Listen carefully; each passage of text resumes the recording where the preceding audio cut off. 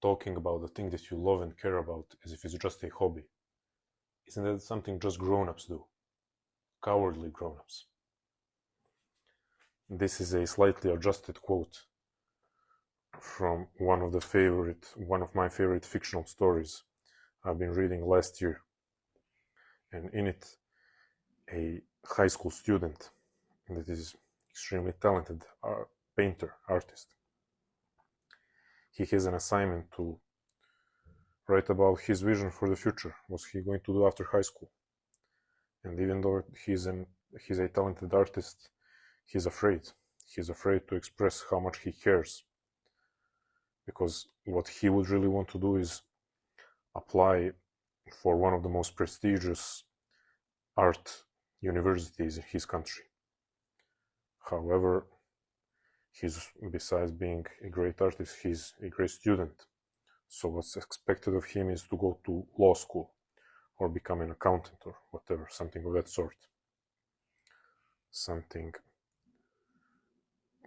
more socially accepted. So he writes in his assignment that art is just a hobby for him. And his art teacher says this, and she tells him this quote that I slightly adjusted for our conversation. She tells him, you're writing about something that you love as if it's just a hobby. Isn't that something only grown-ups do? And this stuck with me, and this is why you need to read fiction, because sometimes it teaches you something, and sometimes it gives you a great example or a metaphor for something that you've already experienced. The latter was the case for me. Something that I've been thinking about, our courage. Why did she say, isn't that something only grown-ups do? Grown-ups are cowards. That's a fact of life. As you grow up from childhood into adolescence, into your adult years, you gradually lose courage. And not physical courage. There are plenty of adults courageous enough to go to war and to drive fast. But we are talking about existential courage. Existential courage is courage to say, yes, I care about this. I care about this thing even if no one else cares about it. I care about this thing even if other people consider it weird. Yes, I care about this and I'm going to give it my all, even though the chances of me failing are really high. That's existential courage. And if you're an adult, and all of you watching this are adults, you know that's true. You know that as we grow up, we become cowards. That's the way life works.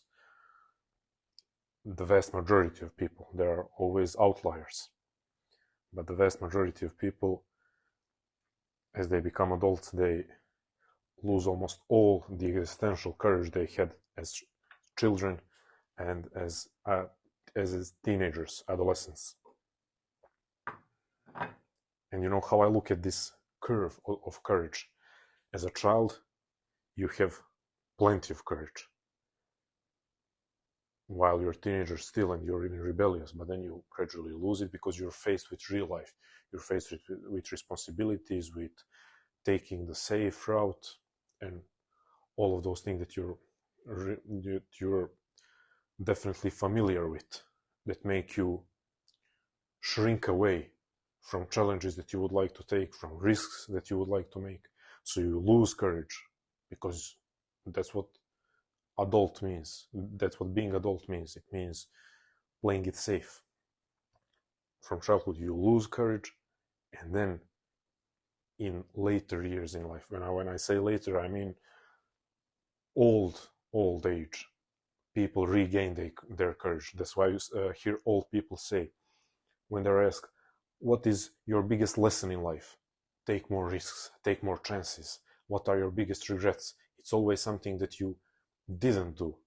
They never talk about regrets of things that they did do. It's always regretting stuff that they didn't do but wanted to do. So you see old people, you know why? Because they're faced with death, where they're faced with the fact that this life is about to end, and they're faced with the knowledge that the riskiest thing is to take no risk, that you cannot afford not to take risk. And that's why you see in this courage curve, children have plenty of courage, then you lose it in adulthood, and then old people again have this courage, so they tell younger people, go for it, engage in life. And why is the child courageous? How do we know that? Because children are never scared to say, oh yes, I like this, I care about this, I have this weird hobby, I have this weird interest. Kids express what they're interested in. A kid can care about collecting rocks. He doesn't care if an adult thinks it's stupid or it's weird. He or she enjoys playing with rocks and collecting rocks, or fascinated with butterflies and would like to have a butterfly collection. Imagine if you work a regular 9-to-5 job. If you went to work tomorrow and you said, oh, I'm making a butterfly collection, how many people would look at you like, wow, look at this weirdo? That's why kids are courageous. They're not afraid to express their interest, their passion for something. What do we do as an adults? Yeah, this is nice, but we are always downplaying our passion, downplaying our interest.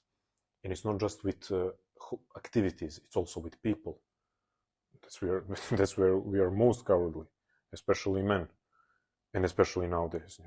No, I'm not really invested emotionally in this girl. Or girls probably speak the same with their friends. Again, not everyone, but most people. Maybe only when they are certain that they will really receive the affection the way they imagine that they should receive it. Back then they can say, I really like this person, I really care about this person. That's what I'm talking about when I talk about existential courage. I know how many friends I have that I see them engaging in an activity, and there you see light in their eyes, or talking about an activity, but the words that are actually coming from their mouths are, yeah, it's something that I do in my free time. No, man, I see you. I see how much you care about this, but you're afraid to say, yes, this is something that I would like to pursue, this is something that I would like to devote myself to. Or yes, I would like maybe to really make a solid plan, and for the next 5 years, okay, I will be doing my regular 9-to-5 job, but I will be trying to figure out how to make this thing my primary source of income, and something that I could devote my life to. And not every passion has to become a primary source of income. I'm just giving an example. So I see you care about this, but you say, it's something that I do in my free time. Because you're scared. You're scared to commit yourself. You're scared to say, yes, I will give my heart to this now. I will give my energy, my time to this, and maybe it will be a failure. Maybe I will not accomplish the results that I've had in mind. You're afraid. And so you say, yeah, it's a hobby. It's something that I do in free time. It's not. And this is not coming from a judgmental place. Maybe because I speak passionately, it sounds like this, but I'm speaking passionately because I was in that position, and because it's natural progression of life to lose courage, because you're faced with life, you're faced with uncertainty, you're faced with disapproval, rejection, failure, heartbreak, and then you set up these defense barriers in front of yourself. You're walking with shield through life. Yes, it is a natural progression of life, but it's not a final progression. You still have the ability to reignite that courage. Courage is not a biological fact. It's not something that, you're either born with courage or not. It doesn't go like that. So we are actually in the best position as adults, because what can a child do with his or her existential courage? They can express their passion for something, and they can start pursuing it in their dependent way, because they're still dependent on their parents, their family, their close surroundings. They don't have the resources and independency to really fully use this existential courage. And the same goes for older people. Older people don't have time. They have independency if they're healthy, relatively healthy, but they don't have time, energy, and usually they don't have enough health, enough vigor, power to fully use this existential courage that they have regained because they have come face to face with the fact that you cannot afford not to take risks. You cannot afford not to pursue your passion. So we have kids and old people. They have the courage, but they don't have resources. Child cannot speed up the growing up process to gain those resources. Old person cannot turn the clock backwards. So this is their situation. There is not much they can do about it. But an adult doesn't have the courage, but has the resources. You are someone who is a full participant if you choose to be in this life, an adult. That's the highest level of agency in this world, being an adult human being. So you're in that regard in best position. All you miss, or all you're missing, is courage. But as we said, courage is not a biological fact, so it's a matter of choice. It's a matter of choice that you are going to invite courage back into your life, and you're going to take action to prove to yourself that you're able to be courageous. You're going to prove your courage to yourself. So we are in the best position if we choose to take advantage of that position. So once again, there is nothing wrong. Nothing wrong and nothing good. It's just a fact of life that adults lose this existential courage, because that's adulthood. But there is a lot of things wrong with making peace with that kind of life, with that state of being, making peace with the state of being and thinking this is the final progression of my life. Okay, now I'm an adult, I'm a coward. You can relate to this.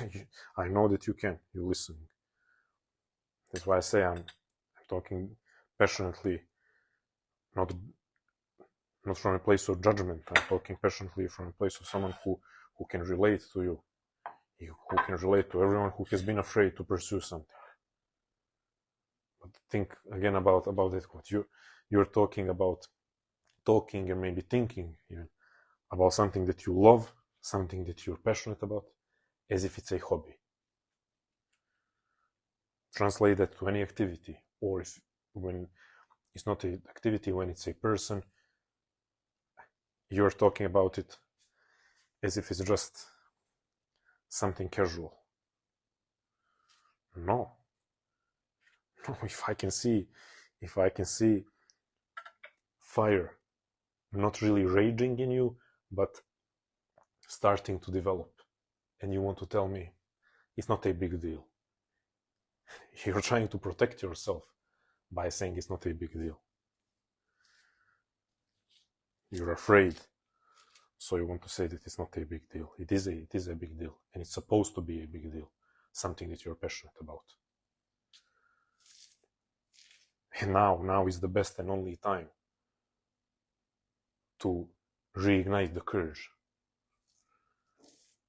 and to make that move, to make that commitment, to say, yes, I care about this. If it fails, okay, I'm going to be broken. If I don't receive results that I wanted, I'm going to be disappointed. But I'm not going to deceive myself into believing that I don't care about this in order to protect myself from failure, from disappointment, from judgment. Oh, family and friends and co-workers are going to judge me. I have this thing that I'm really passionate about. But if I express it, if I expose myself to the world, I will be ridiculed. By who? You will be ridiculed by cowards. You will be ridiculed by people who don't have the existential courage. And in that moment, when they see you fully being yourself, they are reminded of the fact that they are cowards. And what can they do? They can try to put you down, ridicule you. Or if they have some self-discipline, they will just turn away. So that at least they don't fall so low to go against you. They will turn away and they will not show you support because it's stronger than them. They're going through that internal battle of seeing someone exhibit courage that they wish they had. It's a matter of choice. It's a matter of commitment. It's a matter of taking action and proving it to yourself. And that's what it means to be an adult that is not a cowardly adult. Fortunately, the vast majority of people just confirms the negative stereotype that adults are sort of empty individuals, most adults. It's a matter of choice, of my choice, of your choice, to break free from that, from those chains that not even that strong. So please don't be a coward anymore. Papaya and orange. I'm going to devour this, and then guess what I'm going to do? You guessed it. I'm going to work on something that I care about, something that I'm passionate about, something that I love, something that a lot of people around me, even the closest ones, considered weird, too risky, stupid, immature to pursue that while having so many other more serious opportunities. That's what I'm going to do. I'm going to engage in something that I love because I'm not a coward. And I'm going to enjoy this. Subscribe, like, comment your thoughts on this comment if this resonated with you. Let's get the discussion going. Also comment questions that you have and ideas that you would like to suggest for future videos. Thank you for your attention. Thank you for being here. Thank you for being with me. Thank you for inspiring me, encouraging me. Thank you for feeding the fire that is inside me. And if I have the fire raging in me, then I cannot allow you to stay a cowardly adult. I have to transfer some of this fire to you. So thank you for being here. Thank you for being with me. Stay strong, love life, and never feel sorry for yourself. And invite courage back into your life.